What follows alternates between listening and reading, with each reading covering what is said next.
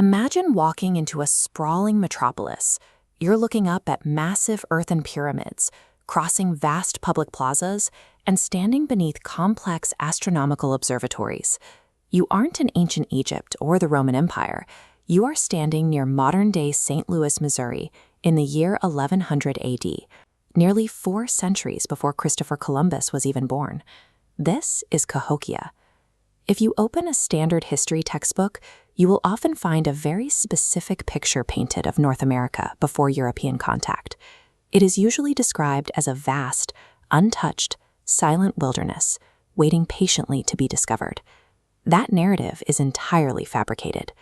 The idea of an empty continent intentionally obscures a landscape that was actually packed with millions of people, highly structured empires, and sophisticated political systems. Long before any European ship crossed the Atlantic, this landmass was already home to a massive, thriving population. These early societies actively built empires, formed governments, and engineered the landscape. Look at the density of this map.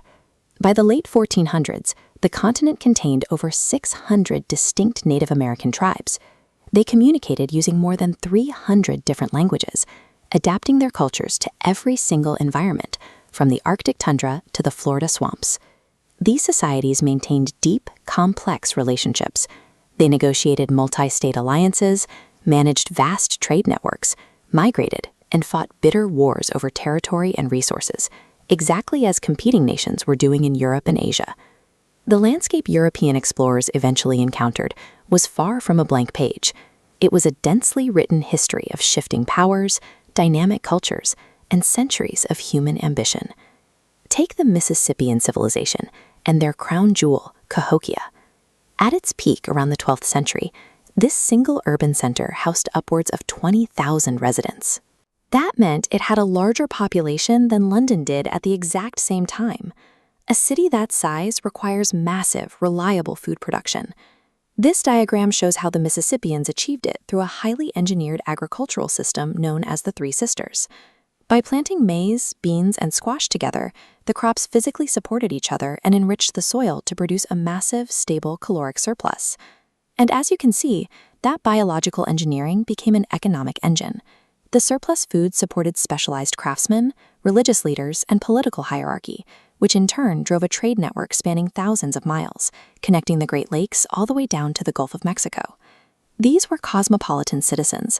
They managed an intricate, interconnected continental economy that allowed urban life to flourish.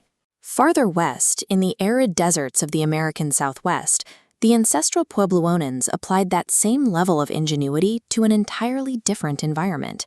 They quarried stone and adobe to build sprawling, multi-story complexes. Looking at places like Mesa Verde and Chaco Canyon, you can see intricate cliffside cities tucked directly into the sheer rock walls. To support these massive settlements, they tracked celestial movements to plan for prolonged droughts and mapped out extensive irrigation systems. They captured and redirected scarce rainwater to sustain agriculture in one of the harshest climates on the continent. Across North America, indigenous groups actively manipulated their local ecosystems. They used highly calculated, controlled burns to clear out dead undergrowth. This managed the forests, encouraged the growth of specific edible plants, and optimized hunting conditions. They were active engineers. Through earthworks, agriculture, and land management, they terraformed the American landscape to serve the needs of millions. Their innovations were not limited to physical infrastructure.